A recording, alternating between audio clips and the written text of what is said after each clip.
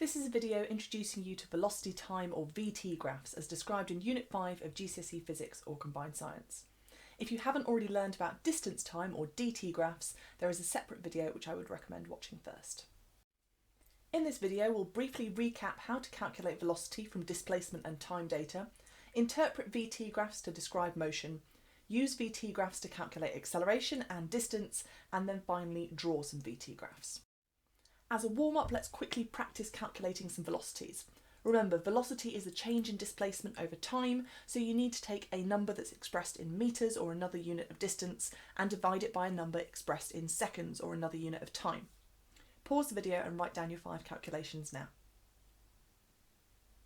So a woman who runs 210 metres in 35 seconds has a velocity of 210 divided by 35, which is 6 metres per second. A car driving 400 metres in 8 seconds is travelling at 50 metres per second, and a snake slithering 7.2 metres in 9 seconds has a velocity of 0.8 metres per second. A gymnast on a trampoline who jumps 6 metres in 0.8 seconds has a velocity of 7.5 metres per second, and a bullet that flies 56 metres in 0.07 seconds has a velocity of 1800 metres per second. Velocity time graphs give me information about how an object is moving. Is it moving at a constant velocity? Is it accelerating? Is it stationary?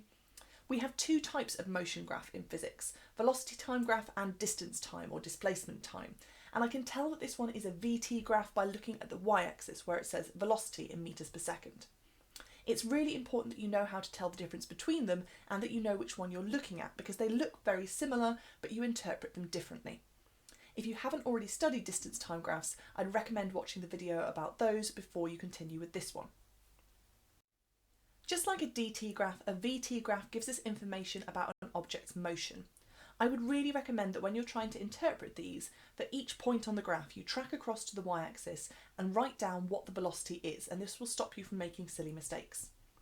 Let's look at 5 different parts of this graph, starting with the line between point A and point B. At point A, if we track across, the velocity is 0, which tells us that the object is stationary, it's not moving. And then by point B, the velocity is 6 metres per second. So from A until B, the velocity has increased from 0 to 6. The object has accelerated, it's sped up. Between B and C, the velocity starts out as being 6 and finishes up being 6. So the object has a constant velocity of 6 metres per second. Lots of people struggle with this and misinterpret this. Between point C and point D, the velocity has changed from 6 metres per second at C to 11 metres per second at D. So again, the object has sped up.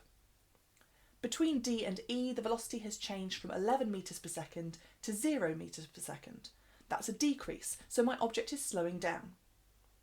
And between E and F, the object's velocity is always 0 metres per second. So this tells me that the object is stationary. To summarise this, on a VT graph, a horizontal line represents a constant velocity. It doesn't represent the object being stationary. We saw that between point B and point C on the previous slide, our object was constantly moving at 6 metres per second. This is a really crucial mistake that a lot of people make because they get confused with DT and VT graphs. A horizontal line that is at 0 will represent a stationary object because the velocity is 0 metres per second, which means it's not moving. An upward slope represents an object with positive acceleration, so it's speeding up, and a downward slope represents an object with negative acceleration, so it's slowing down.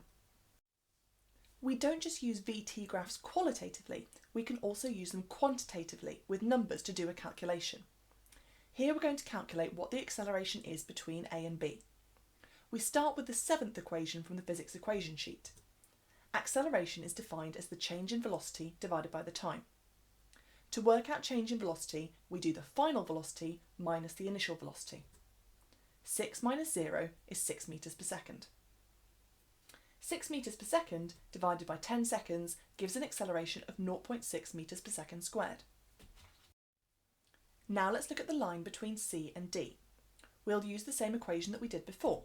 Acceleration is change in velocity divided by time. Remember, we're interested in the change in velocity, not the final velocity. So 11 take away 6 is 5 metres per second. and 5 metres per second divided by 5 seconds is 1 metre per second square. What do you notice about the slope of the two lines and their accelerations? The section of the graph that has the faster acceleration has the steeper line. The fifth thing that we can say about a VT graph is that a steeper slope represents a faster acceleration, and that's true whether the slope is going up or down. As well as calculating acceleration from a VT graph, we can also use it to calculate the displacement. Let's start off by looking at the graph between B and C, where the velocity is constant.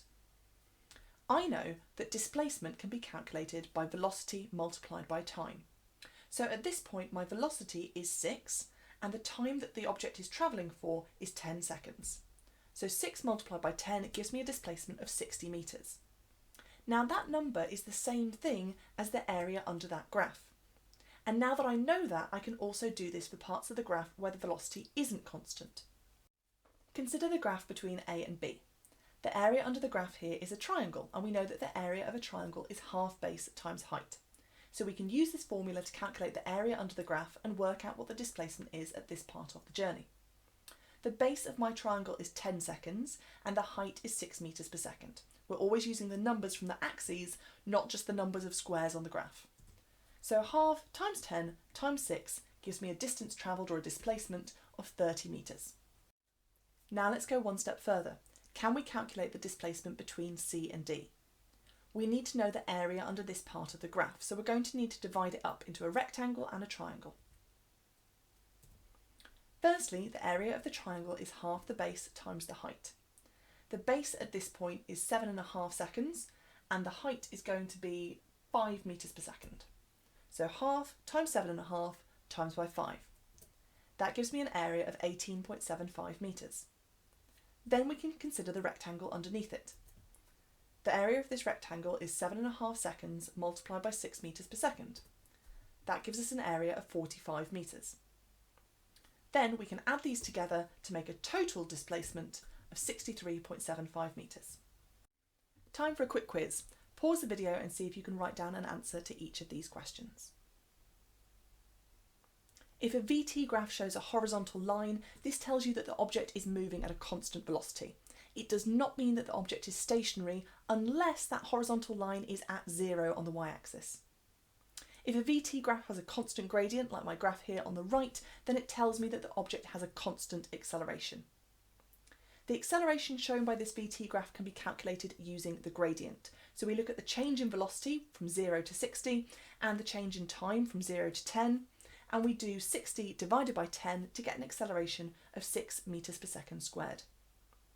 Finally, the displacement is going to be the area under the graph, so I use half base times height because it's a triangle, and I do half times 10 seconds times 60 metres per second, and I get a displacement of 300 metres. Now that you can interpret VT graphs, you need to be able to draw them. Remember, your y-axis is going to be velocity and your x-axis is going to be time. They will always be that way around. The first thing we need to do is to pick a sensible scale. Remember that in the exams, any graph that you draw needs to have your data taking up more than half of the available space. So I need to read through the story and figure out what the maximum velocity will be and also what the time taken for the entire story is, and pick my scale based on that.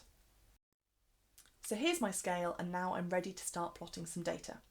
Michael leaves school and speeds up at a constant acceleration until he is driving at 5 metres per second.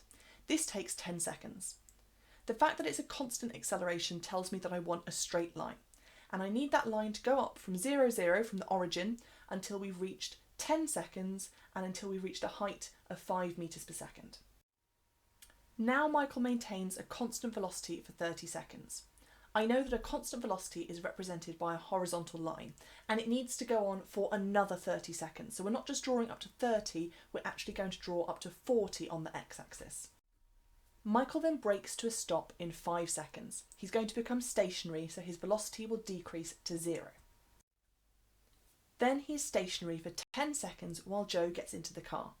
This is represented by a horizontal line which tracks the x-axis from 45 seconds up to 55 seconds.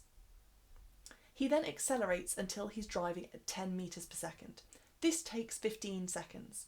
So this is going to take us up to 70 seconds on the x-axis and up to 10 metres per second on the y-axis. Now that I have my VT graph, I can practice calculating what the displacement for the whole journey is. Remember, the displacement for the journey will be the area under a VT graph. So I'm going to start by dividing my graph into rectangles and triangles to make it easy to calculate the area. The area of each one of these shapes will represent the displacement. To begin with, the blue triangle, I want to use half base times height because that's my formula for calculating the area of a triangle. The base is 10 and the height is 5. So half times 10 times 5 gives me a displacement of 25 metres. Then for the rectangle, we just do base. So 30 times 5 is 150 metres. Then the yellow triangle, we're back to half base times height. So half times 5 times 5, which is 12.5 metres. And then finally, for my final triangle, half times a base of 15 times a height of 10 gives me a displacement of 75 metres. If I add all of those up together, my total displacement is 262.5 metres. Hopefully you're now feeling more confident about both drawing and interpreting VT graphs. Thank you very much for watching, and I hope you found this useful. If you did, then please like the video and also subscribe using the button below.